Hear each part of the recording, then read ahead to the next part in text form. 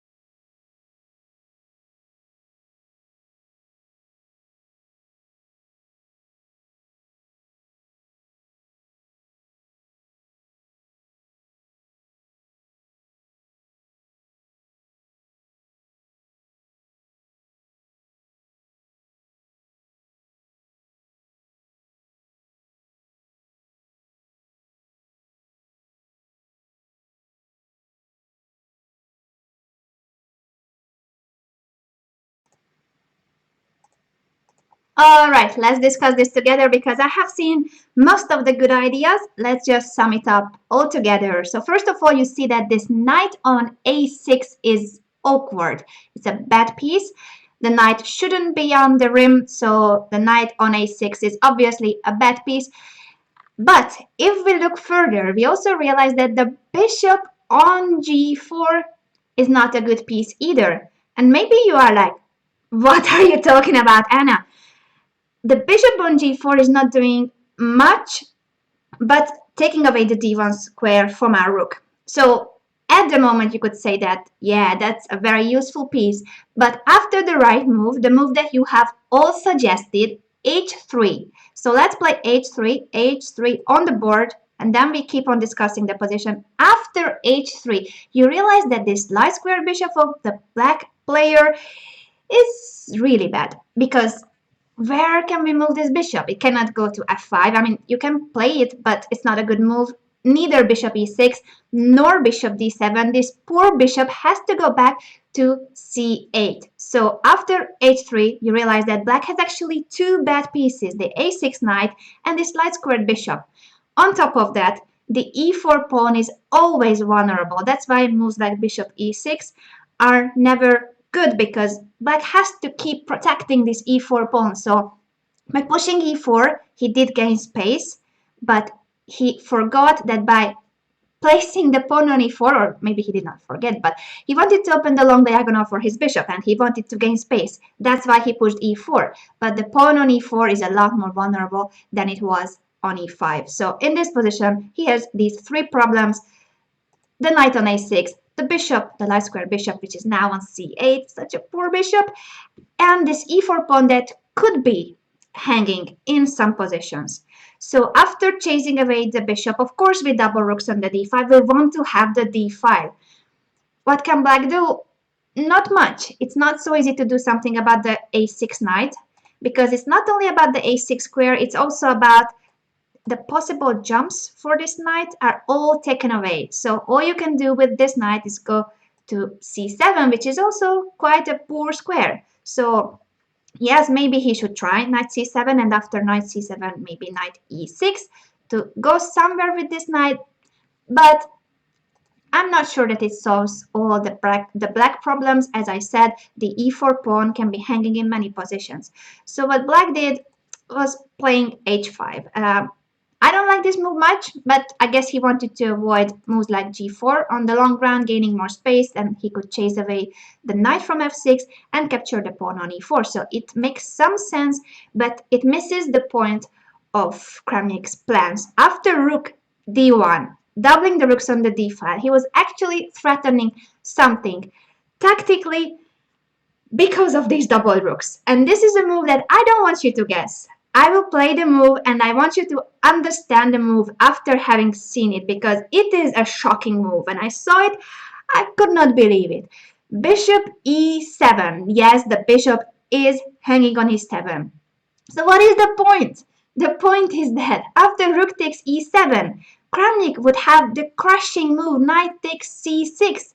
And now the d8 rook is hanging, the e7 rook is hanging. So when rook takes d2 comes, knight takes e7 is a check. And this is a huge difference why bishop e7 works and why not knight takes c6. If we capture the pawn immediately on c6, rook takes d2, and now what? We have to capture the rook on d2. There's nothing hanging with a check. We can give a check, knight e7, but after rook takes e7, we are just losing material and the game. So this would have been a huge blunder, but after h5, bishop e7, yes, bishop e7. I just love this move.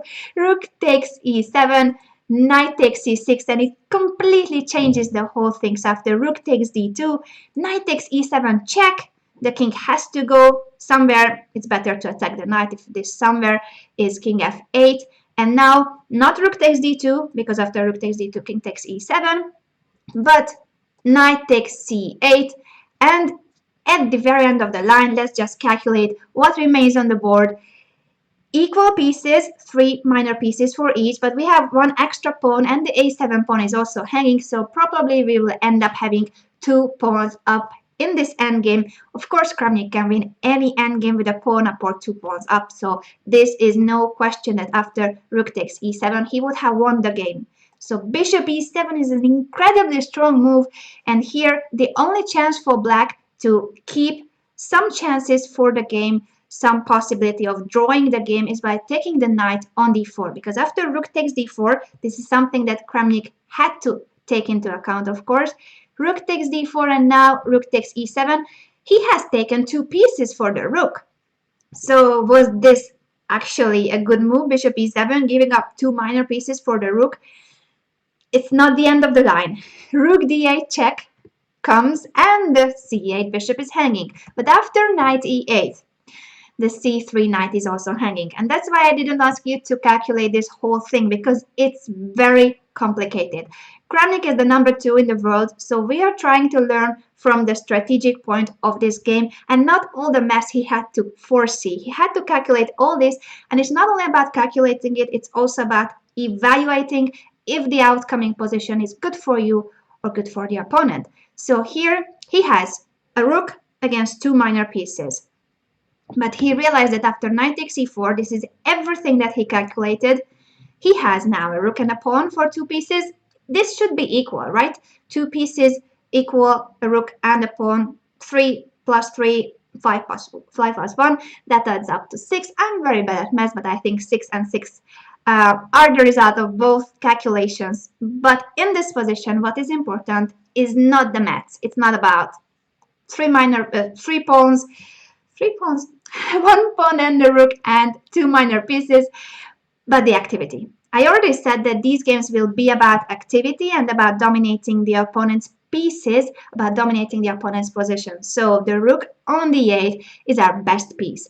It is pinning the knight on e8, and at the same time now this bishop is hanging on c8. The knight on e4 is about to jump to d6 and attack the pinned knight on e8. On top of that, we have another rook on d1, just in case somebody wants to exchange our rook on d8. So all the white pieces are very active. Even this g2 bishop will have a big role in this game, and you will soon see how. So the game went on with bishop e6, and now things become even more interesting, because as I announced, we have very active pieces, and that's why white's position is better. But he goes for something very strange. Rook a8 is not strange in itself, because we want to grab this pawn on a7, so we would have 2 pawns and a rook for 2 pieces. After bishop e5, rook d8, doubling the rooks on the back rank, attacking this e8 knight, and after king f8, it's a pity we cannot jump to d6 with the knight, nor to f6, so that would mean that we are almost winning a piece, but no, we are not. And also this knight, it's a poor knight on a6, but it's coming back to c7, protecting the e8 knight. So we are not winning material here. And if we are not winning anything, then why on earth are we doubling the rooks on the back rank? We are lacking space for the rooks. Just look at this poor a8 rook.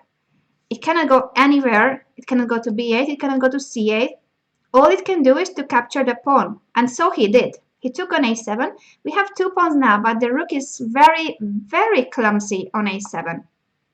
And after bishop c7, which was probably a mistake for black, but it is a difficult position, so I cannot blame him for playing bishop c7. It looks like he's actually trapping the rooks. And Kramnik goes for it.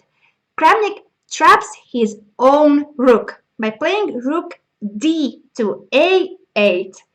He just says, okay, I don't want to move this rook anywhere. I want it to be trapped. And after bishop b6, there it goes. We have trapped our own rook. So this a7 rook was so happy to capture the pawn there, but right now our rook is just, he has no space to go. There's nowhere to go with the rook. We have to sacrifice this rook. And yet, believe me or not, this was all part of Kramnik's plan, and that's why this game is so fantastic, because it seems like he has just ruined his position. He has blundered. He did not blunder. He wanted to take the knight on a6, sacrifice his rook for the piece, and after b takes a6, he doesn't even capture this pawn. Let's just stop for a moment, because I know I'm quick. We have right now a piece down. What do we have for the piece? 2 pawns. In best case, we will have 3 pawns. But he doesn't even capture the pawn, because after rook takes a6, rook b7, this is still unclear. He wants to keep this rook on a8, because as I said, this is all about dominating the opponent's pieces. So we want to keep this rook on the back rank. We are not capturing any pawn with this rook. We keep this rook there, pinning the e8 knight, because as long as we pin this knight, the rook cannot go away, the king cannot go away, the knight cannot go away. And just to make sure that all these pieces are tied up, he plays knight f6. So after knight f6, it is really true what I was talking about. Black cannot move his knight because it's pinned. He cannot move away the king because it has to protect the knight. And he cannot move away the rook from e7 because it's defending the e8 knight. It means that right now, in this position, Black cannot move neither of these pieces. 3 pieces completely tied down. On top of that, he cannot do much about his bishops either, because this bishop cannot go to d7. We will always take it and then we capture on c6 too. So the bishop cannot protect the e8 knight. The other bishop cannot do anything about it either. The bishops cannot attack the rook on a8, which is the most annoying piece in this position, nor the f6 knight. So what can actually Black do? Not much. He can just sit back and wait for being murdered, basically. But to put it in a nicer way, he just has to wait until white progresses in this position. He played bishop d7, which I said is not a good move. But even if he plays something like c5, after bishop c6, just look at this position. He's lost. I mean, he's losing the knight on e8. So bishop d7, trying to save what he can. But even here, Kramnik doesn't go for the greedy knight takes d7. After knight takes d7, rook takes, bishop takes c6. We would have 3 pawns for the knight, and we are still attacking the knight on e8. So this position is also a position that I think all of us would really go for, because why not capture the pawn, and then we will go and advance these pawns. We will create a passed pawn. It's good, but not good enough for Kramnik. So after bishop d7, he doesn't capture this bishop because it's a passive piece. His knight on f6 is way more active than the bishop on d7. And Kramnik would never exchange a piece that is stronger, that is better in quality than the opponent's piece. So even if he could get this c6 pawn immediately, grab it, take it, he doesn't care. All he cares about is having better pieces. So we have this beautiful rook, very strong rook on the back rank. We have this very strong knight on f6, and also the bishop is extremely powerful. He cares about keeping these pieces, not exchanging them. So his plan was pushing b4, and now, well, the same thing. He wants to advance these pawns, and at some point he will capture either the c6 pawn or the a6 pawn and create a passed pawn. What can Black do against it? As I said, nothing. He cannot move his pieces, he cannot attack anything, all his pieces are tied up. He's a piece up and he cannot do anything. And that is the miracle in this game, that Black has nothing but a piece up, and he cannot move his pieces. So let's say bishop c7, just to make some example. What if he doesn't do anything? Bishop c7, we push c5, and after bishop e5, finally attacking our knight on f6. Well, if we are forced, we will capture on d7, and after rook d7, bishop takes c6, rook e7, and I told you we are not exchanging if we don't have to. So this stays, this stays. All we do is pushing our pawns. And look at that arrow, the green arrow. Probably this b pawn will promote, if not the c pawn or the a pawn. We have 3 pawns against 1 on the queen side, and Black cannot move his pieces. It's very sad, but he cannot. He would have to do something very slow, like f6, king f7, just to get out of the pin on the back rank, but even then it doesn't solve his problems. What happened in the game was b4 and c5, because Black really wanted to do something, so he's trying. He stabs into knight d5, but bishop c6. Both rooks are hanging. Rook takes a6. As I said, if we are forced, we will capture the pawn.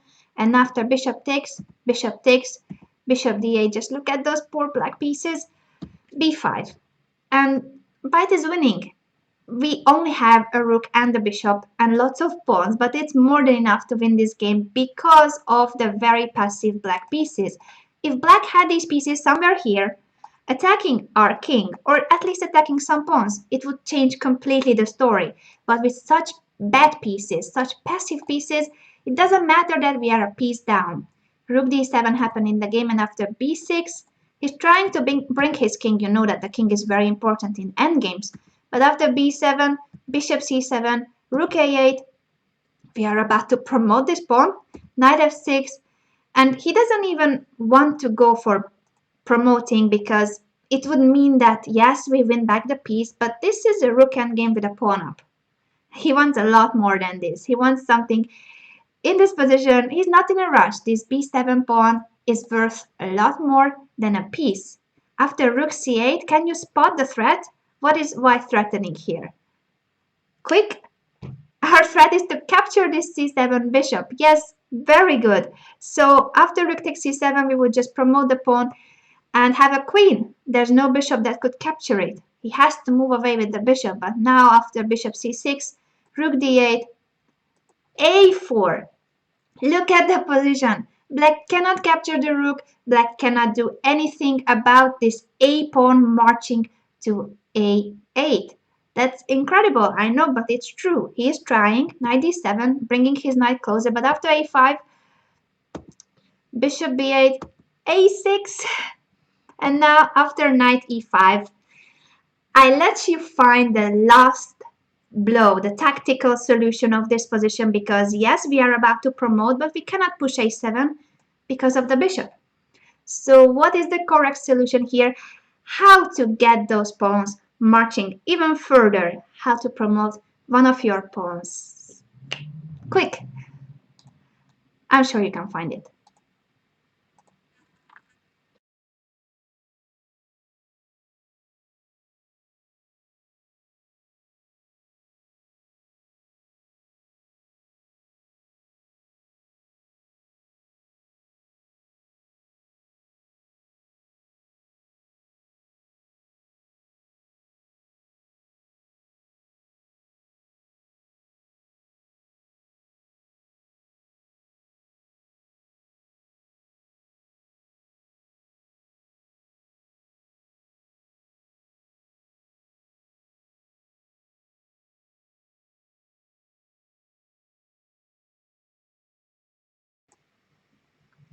You guys are so quick. I'm so proud of you. It is, of course, well, of course, it's a beautiful move.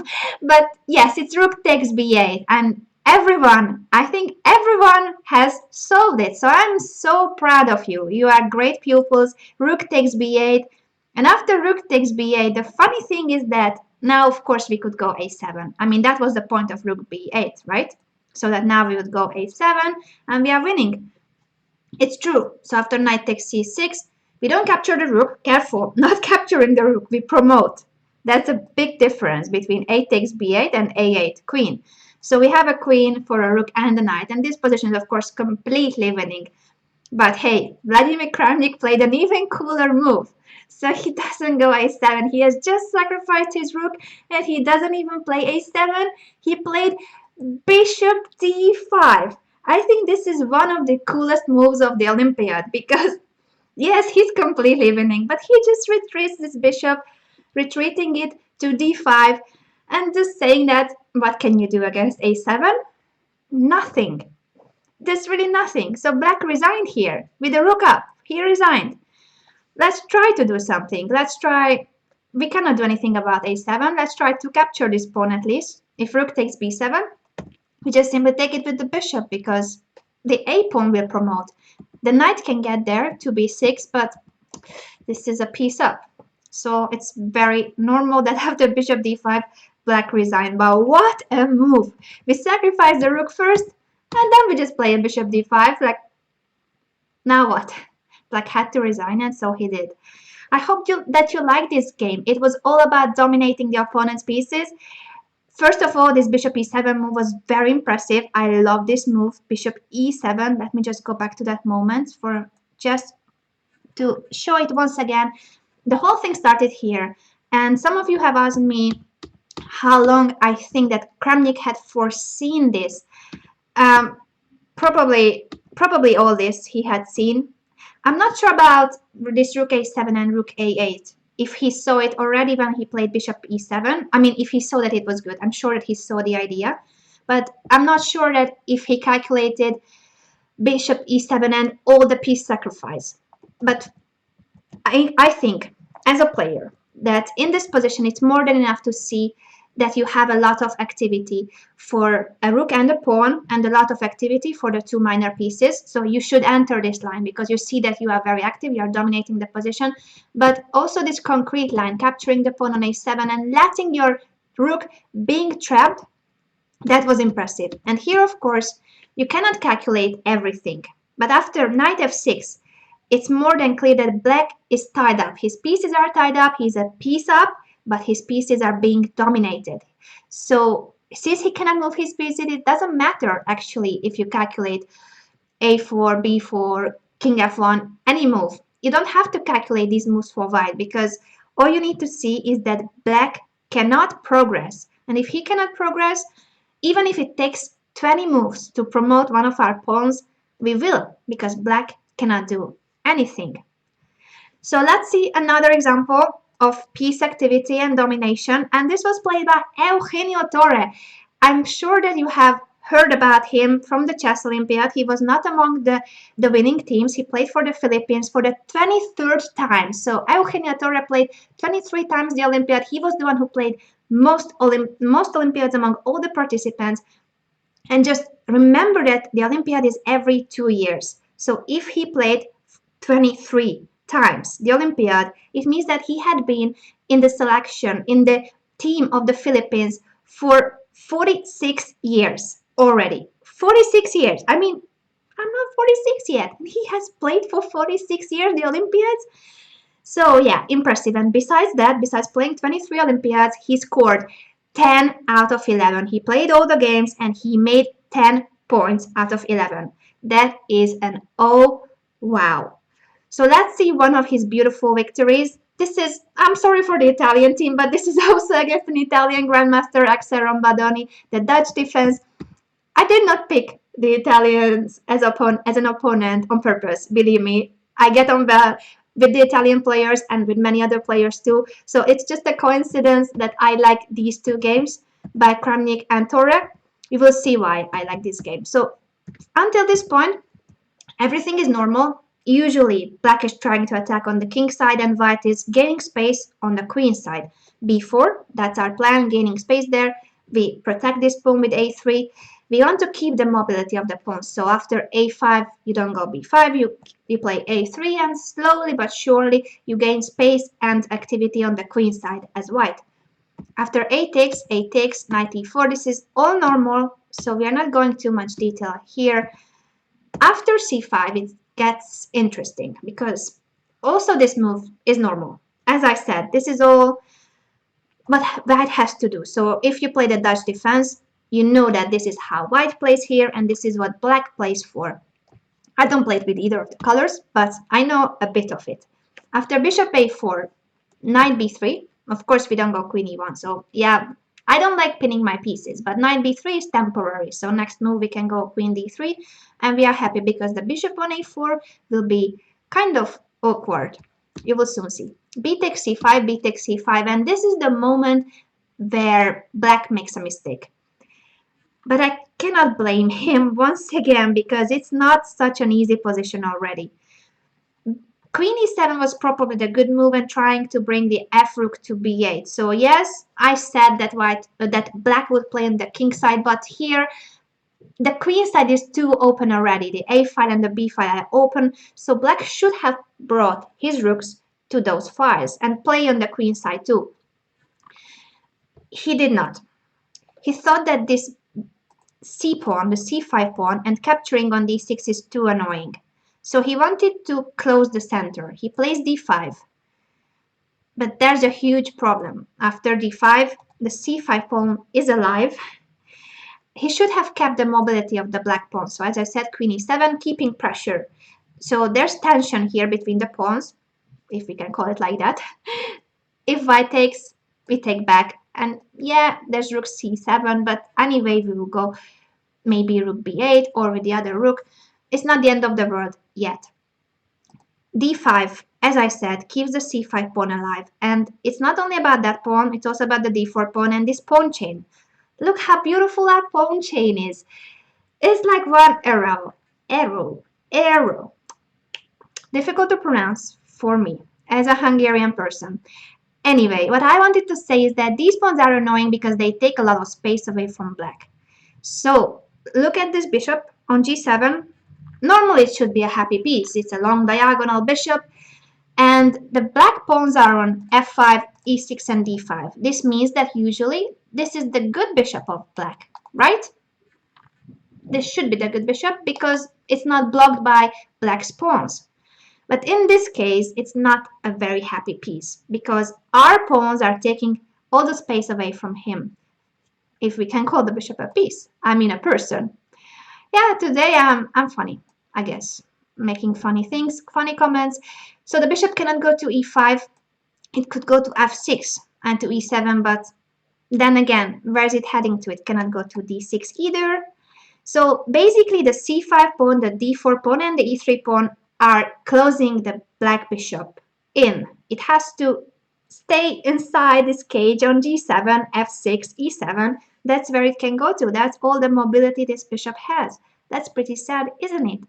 On top of that, this pawn also takes a lot of squares away on the queen side. This knight cannot jump to b6. And also, the c7 pawn itself is vulnerable because it's a pawn that has to be protected by the queen. The queen is not supposed to be protecting pawns. So that's a lot of things that happen because of pushing d5. Remember that black should have played queen e7, keeping the pawn on d6, but instead he went d5. And now after queen d3, as I said, we don't like pins. Let's get out of the pin. He goes c6.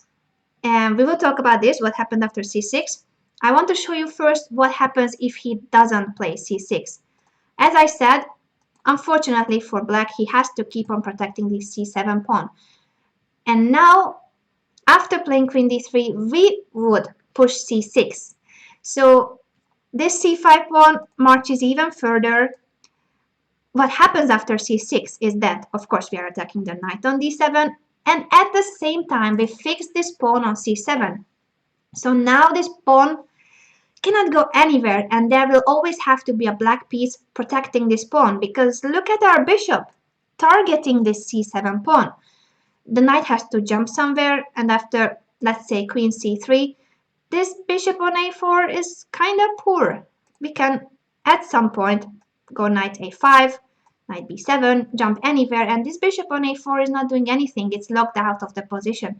So in best case, he can trade the bishop for the knight, but now we have a pair of bishops, and it's not only about the pair of bishops, but this is a very powerful bishop. The pawn on c6 takes away lots of important squares, so black has to stay passive. He doesn't have much space, and the c6 pawn takes away very important squares from the queen. The c7 pawn will always be hanging, and on top of that, this bishop is also good. We can come to the a file, the b file. All the white pieces are active, unlike the black pieces. So this is bad. This is what would have happened if he doesn't play c6. He wanted to avoid this by playing c6, but every move has its pros and cons. So yes, by pushing c6, we prevent white pushing c6. But at the same time, we create a hole on d6. And of course, Torre goes there immediately. Bishop d6. Look at our bishop. This bishop was supposed to be the bad bishop because it's on the same color as our pawns. You know that when we fix the pawns, if we have the pawns on the same color as the bishop, normally it restricts the mobility of the bishop. But here, this is such a powerful bishop, and the reason is this. The bishop would be bad if this bishop would be inside the pawn chain. Imagine it on d2 and imagine a pawn on b4. So if the bishop is inside the pawn chain with all the pawns on the same color as the bishop, then that's a bad bishop. Especially if the pawns are fixed. If you can move the pawns, don't worry. But if the pawns are fixed and you have the bishop on the opposite side, here it doesn't matter that we have the pawns on the same color as the bishop, because the bishop on d6 is very powerful, attacking the rook, keeping an eye on the ba square, also this diagonal, and it is protected by the c5 pawn. So this is a very strong bishop, unlike the g7 bishop and unlike the a4 bishop. What a poor bishop. Rook f7, bishop h5, and it looks like the rook is going to be taken. Well, he could have played rook f6, but anyway, we exchange rooks with bishop b5. It's a bit complicated, but anyway, both rooks will be hanging. This is a check, and then the f1 rook will be captured too. So we are exchanging pieces, and you might think that when the opponent has no space or he lacks space, it's good for him to exchange pieces, and that's true in general. But here the problem is that what remains on the board, because Tora keeps on exchanging pieces. Why is he doing that? Does he want to make a draw? No, he's not playing for a draw. He's playing for a good bishop versus bad bishop and a good pawn structure versus bad pawn structure. This is the problem of black.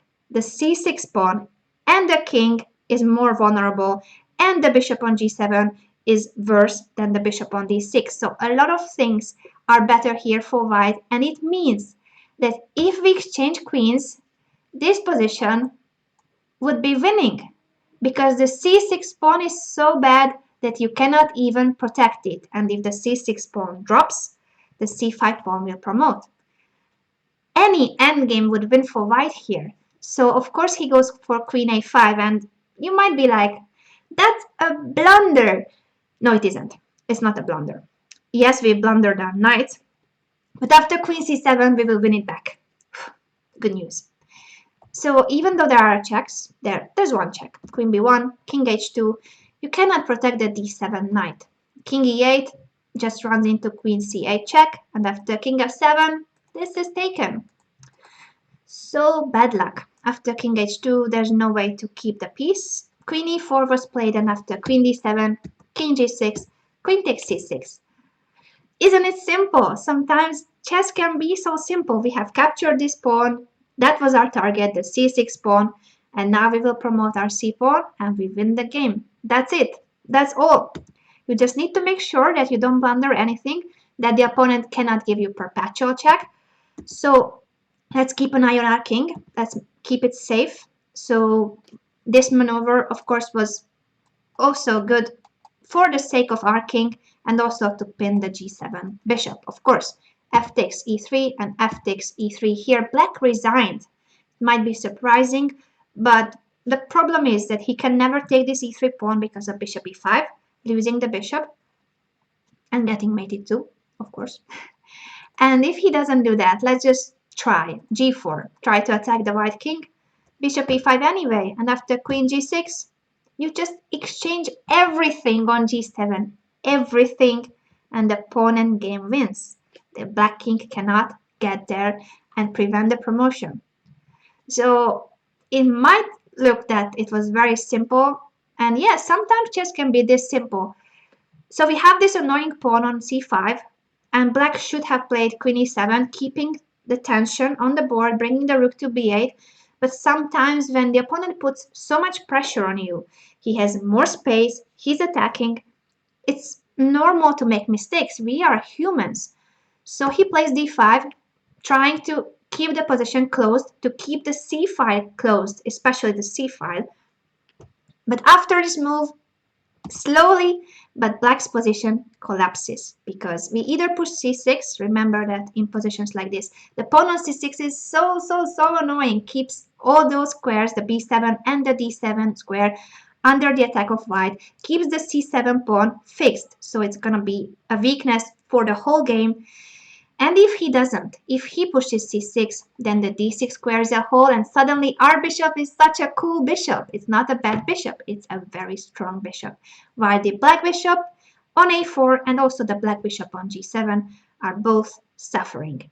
So from this game, what you should learn is that first of all, by gaining space, you have a lot more chance to activate your pieces. The more space you have, the more space you create for your own pieces, and the more space you take away from the opponent's pieces. So when you play your game, just make sure that you think of this, that space, it's not just about openings and middle games. Like in some openings you have more space, in others you counterattack, you try to get back your space.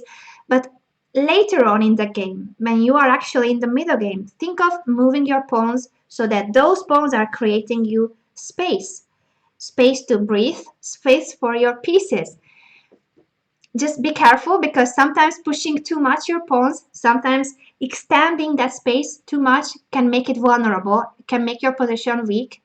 But if you push those pawns by thinking whether it's going to be strong and whether you can keep the structure fixed, healthy, and strong, so no weaknesses in the pawn structure, then keep on expanding. Get more space for your pieces so that they're going to be more active. The more active, the better. And now we will see a third example of dominating the opponent's pieces.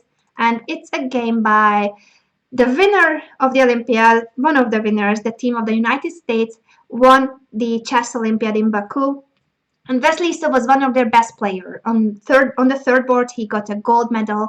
Among everyone on the third board, he played very well. And this game especially was very important for the United States because Vasilisa faced Jan Nepomniachtchi. Jan Nepomniachtchi with 7 out of 7. So this is round 8. And Vasily, with the black pieces, is playing against the best player of the whole Olympiad, because after 7 rounds, only one player had 100%, and he was called Jan Nepomniachtchi from Russia. So Vasily had to face the best performer of the Olympiad, and he did not only face him and make a draw with him, he beat him. And with this score, the United States got even closer to their dream to clinching the gold. So let's see how he managed to beat Russia's Nepomniachtchi. I like this knight maneuver a lot. This is a position that you know, I think. We have seen this many times. I just quickly went through it. So this is an Italian, Giocopiano on the other name. And this is a very nice and very normal knight maneuver. So one knight goes to g6. We have come from here. And the other goes to h5. And all we want is to jump here to f4 with one of the knights. Just always make sure that when you place your knight on h5, you don't blunder knight takes e5, because sometimes this knight can be hanging on h5. Not in this position, but make sure that you don't blunder it. After knight bd2, knight hf4. Of course, if you can choose which knight to place on f4, choose the knight that is versed. You don't want to keep the knight on h5. Knight hf4, bishop f1. This is all normal. And after e takes d4, bishop takes. C takes was another option. Bishop takes, and now c takes, d5 and e5. The position has completely changed in terms of pawn structure. And now your task is, first of all, to think about this pawn structure after d5 and e5. And secondly, how would you react? After pushing d5, actually, Vasily is forcing white to go d5, e5. Normally, this pawn on e5 could be annoying. For instance, in the French defense, you see this pawn on e5 many times, and it gains a lot of space. Today, we are talking about space. And the pawn on e5 takes space away from black. So what can you do when the opponent is trying to gain space, trying to have as much space as possible, taking squares away from your pieces? There's one way to react, and I think you can find that move. What to do against this plan, against white gaining space? Let's think about that a bit.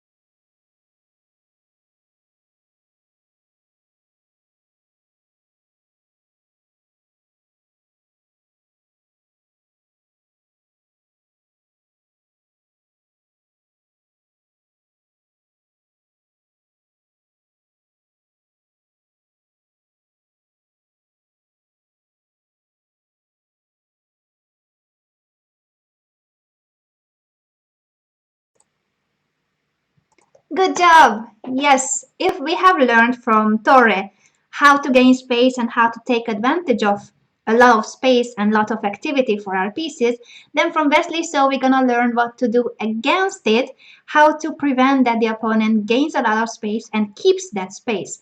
So after e5, the very strong reaction is f6. We want to ask this pawn on e5, what's next? You're gonna stay there on e5, you're gonna capture on f6, but we will not let the pawn on e5 just stay there, keep, and for white to keep his space, to keep that lots of space. On top of that, the move f6 is not only about doing something about the e5 pawn, but it's also for doing something for our rook on f8. After capturing on e5, we would open the f5 for our rook, and we want to attack on the king side. We have placed the knight on f4. We have a bishop on c8. Just imagine that we could join, that the rook could join the attack as well, if the queen could join as well. And it will soon happen actually, because after f6, there's just no way to prevent it. The f5 will open up no matter what. If white takes, then queen takes, and we are happy. This is what I was talking about. We have the semi-open f5, a beautiful knight on f4. Many times we can even think about bishop takes h3. I'm not saying it works, but you should think about it for sure. Also, this knight can go to h4 if we need to exchange the knight on f3. So there are many options. And what you see is that black has already 5 pieces pointing at the white king. So it's really, really unpleasant. That's why Nepomniachtchi went for rook a3 after f6. This is a move that I like actually, because he wants to bring his rook to the third rank so that it could prevent things like bishop takes h3. It is protecting the f3 knight. So the rook from the queen side is actually joining the defense on the king side. Useful move, learn the idea. But it doesn't have much either. I mean, the position is complicated. Don't think that black is winning here. But his position, black's position, is a lot easier to play, I believe, because, well, you will see. Maybe I shouldn't rush. F takes e5, d takes e5, and now a5 is also a useful move because, yes, we want to play on the king side, but at the same time, sometimes you should take a moment and look at the other flank as well. The black pawns on the queen side are not ideal.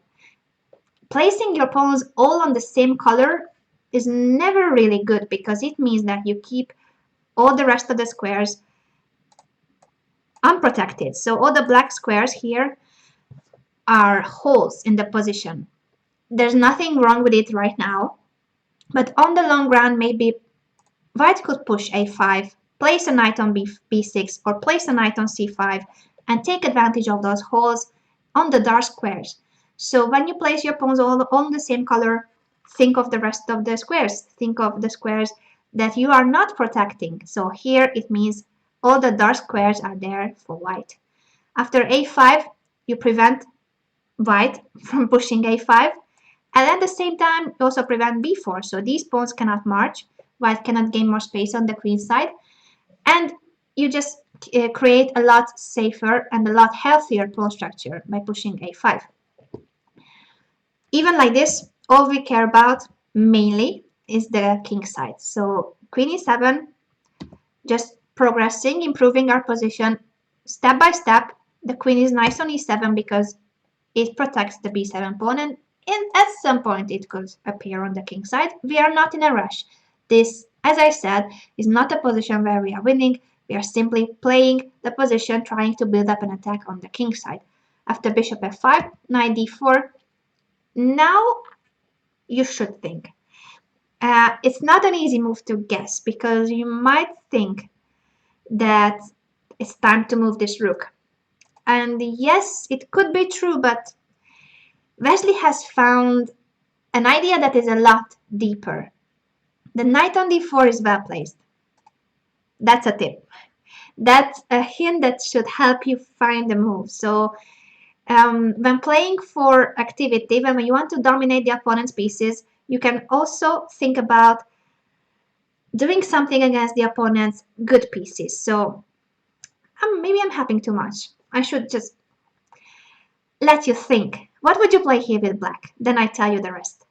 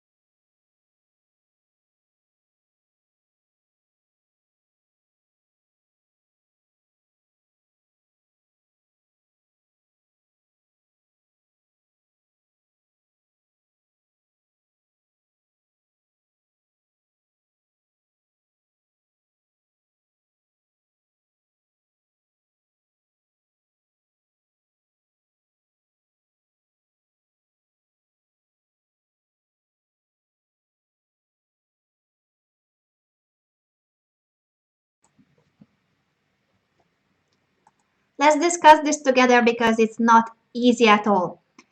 The move that you guys suggested is not bad in a sense that you are doing something against the d4 knight. But if you push c5, remember that all the moves have their advantages and disadvantages. So yes, we are chasing away the d4 knight, but we are giving away the b5 square, and that's important. So this square, maybe in this position, it's okay. Because maybe if you can take this pawn without losing a piece, then we are happy, then we should be happy. But I'm not sure that we are not losing a piece here. If the rook comes here, then no, this cannot work. I mean, moves like this and then f4. I haven't calculated it, but it doesn't feel good for black. So unless we are winning something on the spot, don't allow the knight jump to b5. Because here, yes, the knight is very well placed on d4 for white. But after c5, sorry, I'm showing the right move. Today is not my lucky day. c5, knight b5. Now we created this hole on b5 and the knight can jump to d6 too. So as I said before, that square could be used for white. The rook on b3 attacking the b7 pawn. So the knight on d6 also attacking this pawn. And simply creating this hole on b5, which can be used for the knight and later also for the bishop or the rook. Just don't create holes in your position. I don't want the opponent's pieces, the white pieces, to start jumping into our camp. So the pawn on c6 is very useful because it prevents all this. There's no knight b5. There's no danger against this pawn. The only piece that is attacking this pawn is the rook. Also, this bishop is controlled. The bishop cannot go to d3, it cannot go to c4, it cannot go to b5, cannot go to a6. So if you place your pawns well, if you place them in a nice way, it means that you are controlling a lot of squares and you take squares away from the opponent's pieces. And that's what we want. We want to dominate the opponent's pieces. But we cannot dominate this d4 knight and at the same time chase it away with c5. I mean, you cannot keep the b5 square under control and at the same time attack this d4 knight with a pawn. But we can do it with a piece. So what I was trying to say before I asked the question, but I was not clear enough, luckily, is that when the opponent has a strong piece, in any position, your opponent might have one or two pieces that are annoying. So if the opponent has a very strong piece, you either chase it away or you exchange it. So let's exchange this d4 knight. Let's exchange it for a knight or a bishop. But we offer the exchange of this piece. After knight e6, the knight cannot stay on d4. He has to either capture on e6 or on f5. Moves like knight f3, we of course need to calculate, but it doesn't seem like it could work. In worst case, you can actually exchange both of the knights, for instance. But what I'm saying, and that's the idea you should stick to, and that's the idea you should learn from this game, is that when the opponent has an annoying piece, when the opponent has a powerful piece, do something about it, because those pieces, the active pieces of the opponent, can dominate your position. You don't want your position to be dominated. You want to dominate the position yourself. So chase away, restrict, or exchange the opponent's good pieces. And in this case, the d4 knight, first of all, we see that this is the d4 knight that we should do something about. And secondly, we should act and we should find a way to eliminate this knight. After knight e6, as I said, there must be some exchanges. Either the knight on d4 will be exchanged or both knights after knight f3, if we wish, of course. But Nepomniachtchi did was probably an inaccurate move, if not a mistake. Knight takes f5. So he chose capturing the bishop and he had to capture the knight. Of course, it's easy to see it. It's easy to know when the engines tell you, and the engines are so smart. We can never blame these players because they are a lot stronger than us. You never know what he thought during the game. In the game, he thought that it was better to capture the bishop. Later on, he loses the game, so of course he realized that it wasn't a good move. But in this moment, he thought that he should take it. So after knight e6, knight takes e6, bishop takes e6, this would have been an unclear position. I still prefer black. I'm not saying that black is better. So for those of you who might have understood me as black is better, no, this is more or less an equal position, but I do prefer black because we have the semi-open f file. We can double rooks on the f file. Let's say rook f4, then coming with the other rook. Also, this knight can jump here. We always might threaten some bishop takes h3. Not here, but let's say after knight f4, queen g5. So I do like that black has a lot of play on the king side. It's easier to attack the king than have to be playing the most precise move and keeping your king under protection. So to defend, I think, is more difficult than to attack. But if you like defending, then of course you might like this position as white. Anyway, after knight f5, because I'm thinking that this position is completely different because white decided that he would eliminate the bishop and keep the knight on e6. But this knight on e6 is going to be a very useful piece. It is, first of all, blocking the e-pawn. So that's a passed pawn. So we should pay attention to it. The endgame is approaching. It's good to actually block the passed pawn of the opponent. The knight is, of course, not only a passive blockading piece. It can jump to d4, it can jump to c5, it can go back to f4, or we can use the other knight to go to f4. So this knight has a lot of potential, and you will soon see how much is that. After bishop d3, rook f4, this was what white wanted. That's why he took on f5, because he wanted to play bishop d3 and capture on g6. But these doubled pawns are not as bad as they might seem. In this position, the king that should be worried is the white king. It's not like we have a huge attack, but we have, as black, a lot more potential to attack the white king as the other way around. Our king on g8 is more than safe, so these pawns are not red nor yellow. Those pawns are good pawns in this position because white cannot attack our king. If he had a bishop, a knight, any piece that could come to g5, to the diagonal, or a rook on h4, a queen on h7. Of course, I'm talking about an ideal position for white, but it's not there. White doesn't have any attacking pieces, so we shouldn't worry about our king here. White should worry about his king. Queen d1 was played so that we cannot capture the pawn, because then rook takes b7. Small tactics, winning the pawn back, exchanging rooks. After queen d1, the strongest move, and what Wesley played, was rook a, f8, bringing the last piece into the attack. So we have actually developed all our pieces by now, and we have all our pieces not only developed, but all the pieces are active. All the black pieces are well placed, unlike the white pieces. White pieces are not very well coordinating. The rook on b3, as I said, was okay to defend, but it's not coordinating with the rest of the heavy pieces. The knight on d2 is not doing much either, and the queen on d1 is also poor. So black is getting an advantage here, putting a lot of pressure on white. After rook f3, of course, white would like to exchange pieces to eliminate danger, to not to get any mate attack against his king. But after queen b4, the problem is that it's not only about the king, but it's also about weaknesses in his pawn structure. So now let's pay attention to the pawns, only the pawns. The b2 pawn is weak, it's hanging. The a4 pawn is weak, and it's hanging too. And also the e5 pawn, even though it's a passed pawn, could become weak too. Not to mention the f2 pawn, which was before hanging as well. That's why white had to go rook f3. So here in this position, there are problems because of the pawns. And look how important was to play a5 10-15 moves ago. Because Wesley knew that he had to fix that pawn on a4, so that later, 10-20 moves later, that could become a weakness.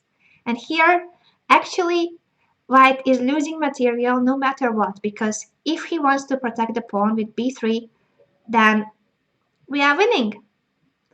Rook d4, pinning the knight on d2, and whether rook e2 or rook takes f8, it's the same. Our knight will jump to f4, and white is losing material. All his pieces are tied up, pinned, and tied up.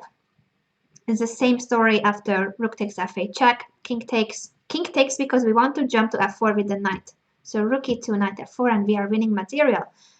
It is this sad for white that after queen b4, he cannot keep material equality. So he's losing at least a pawn. He went rook takes f4. After rook takes f4 is the same story. The pawns are hanging and rook d4 is a threat as well.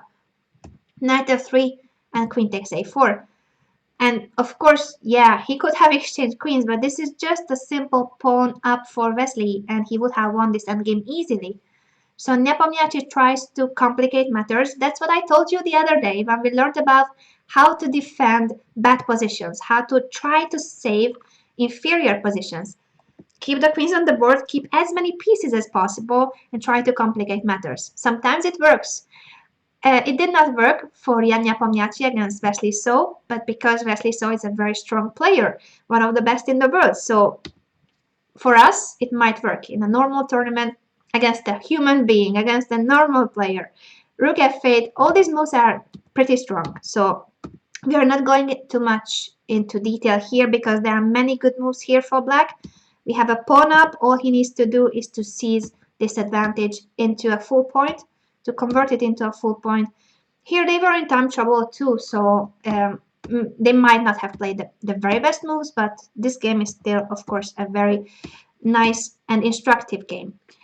When we reach this position, this is where I wanted to start observing it again after knight d4 because, as you know, we have a pawn up, we want to exchange pieces, so of course we are not afraid of having a rook endgame with a pawn up because it's not just the pawn. It's still about the pawn structure too. White's pawns are still weaker than our pawns. So the h4 pawn is hanging, we are threatening rook d2 as well. If this is protected after rook d2, that pawn drops. And if you go b3, then, oh, I don't know if to play a3 or also d4 was strong. Maybe both. The one you like more.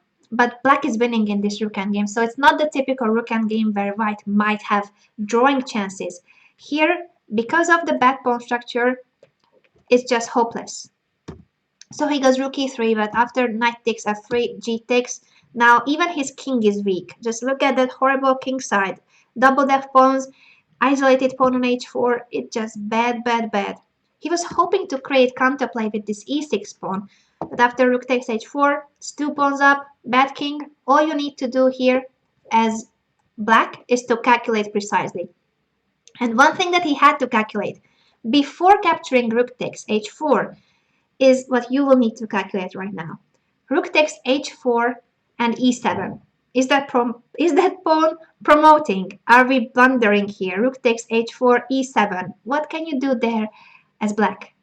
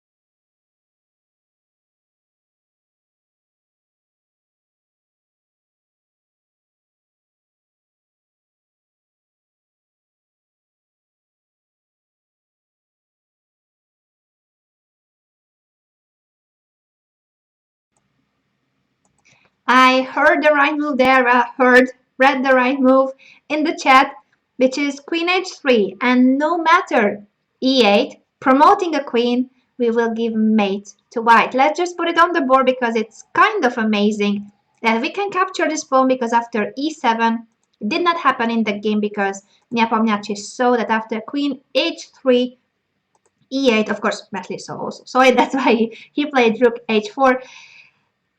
You actually promote the pawn with a check, but it doesn't matter. After king h7, there's no way to prevent queen h1 mate. That's unbelievable, but it's true. So you can start sacrificing your pieces with some checks, but it doesn't help. We have a few checks, let's say queen d3, but we just go away, king f7, and no more checks. You have to play rook e7 or queen f5, queen g6, very silly moves, or resign simply. I think resign is a better option. So it is this beautiful e7, queen h3, and even after e8, promotion with a check, black is winning. There's no way to prevent mate. So rook takes h4, very nice move by Wesley. So rook e4, also a pretty move, by the way. Jan Nepomniachtchi deserves some credit for fighting very much, even in lost positions, because rook e4, I think, is a very pretty move. That rook is hanging, right? So what happens if we capture it with the pawn? That's a blunder. D takes e4 would mean that we have just ruined all our winning chances. Queen takes h4, and this is a draw. He will keep on giving checks. If you go king h7 and you want to prove that there's no perpetual, then white will exchange queens and promote the pawn. So let's not be silly. Sometimes you need to accept a draw. After spoiling the position, just accept the draw and don't blunder. You can also blunder by playing king g8, queen d8, and here queen f8, because e7 wins the game too. So if you spoil the game, sometimes you make mistakes. We all make mistakes, actually. Just make sure that you don't ruin it even more. Just accept the mistake and take the draw if you have to. If you are being given perpetual check, just accept it. But after rook e4, Wesley so of course did not go for d takes e4. He simply took this rook with the rook, exchanging rooks, and after f takes e4, queen takes e4, he's got millions of pawns up. 3 already, 4 will be after capturing the e6 pawn, queen d2, queen takes e6. I don't know why Nepomniachtchi did not resign yet, but let's just play the last few moves. We are 4 pawns up and the position is hopeless. So some of our pawns will be promoted.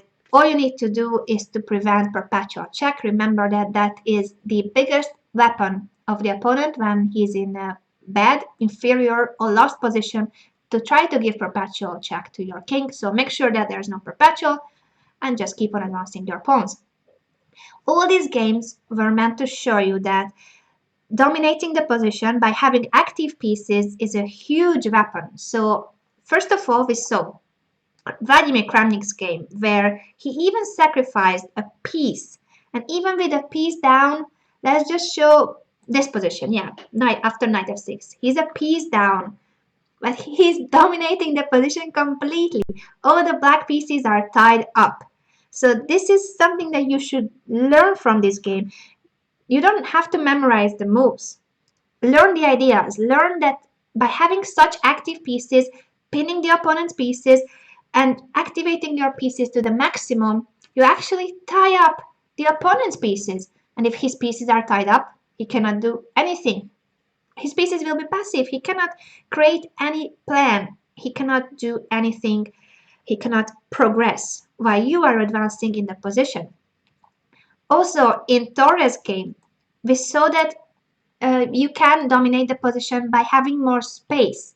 So after pushing c5 and this d5 mistake of black, he created a hole on d6 for our bishop. And it was not only about the bishop, but also that we have a very healthy pawn structure. The c6 pawn became very vulnerable, and the black pieces, the bishops, were very clumsy. We can come with the rook to the b file, to the a file, and in general, by having more space, and healthier pawn structure, you doom the opponent's pieces to passivity too. They lack space and they have to be protecting weak pawns. So that's another way to dominate the position. Here there were no pins, simply a weaker pawn structure for the opponent and less space. Third, but not least, was Wesley So's game. And there, first of all, we started observing what to do when the opponent gains space. So after e5, we immediately go f6. We want to exchange this pawn. We don't let the opponent have more space. And by playing f6 later, we also open the f file. And this is the third way that I wanted to show you how to dominate the opponent's pieces or his position, is by creating play. Can I pronounce it? Today I'm not very good at anything like IT or pronouncing or anything. Excuse me for that. I have sometimes some bad days. Today it's because I'm moving and boxing all my things up. Anyway, not complaining. I just wanted to tell you that in this game what we saw was that it was about the king, the white king basically, and the pawn structure. So apart from the pawn structure, we saw that there was a certain pressure against white's king on the f file. And that is very annoying too, because if your king is under attack, you need to use some of your pieces to protect your king. And if you have to be protecting your king passively with pieces, that means that those pieces are not active. Yeah, it's just a passive defense. That's not active. So by attacking the opponent's king, activating your pieces in order to attack the opponent's king, you also can dominate the position. You can dominate the opponent's pieces. And make sure that you also pay attention to the pawn structure. Of course, a5 was a very strong move in Wesley's game, fixing the pawn on a4, and later that pawn dropped.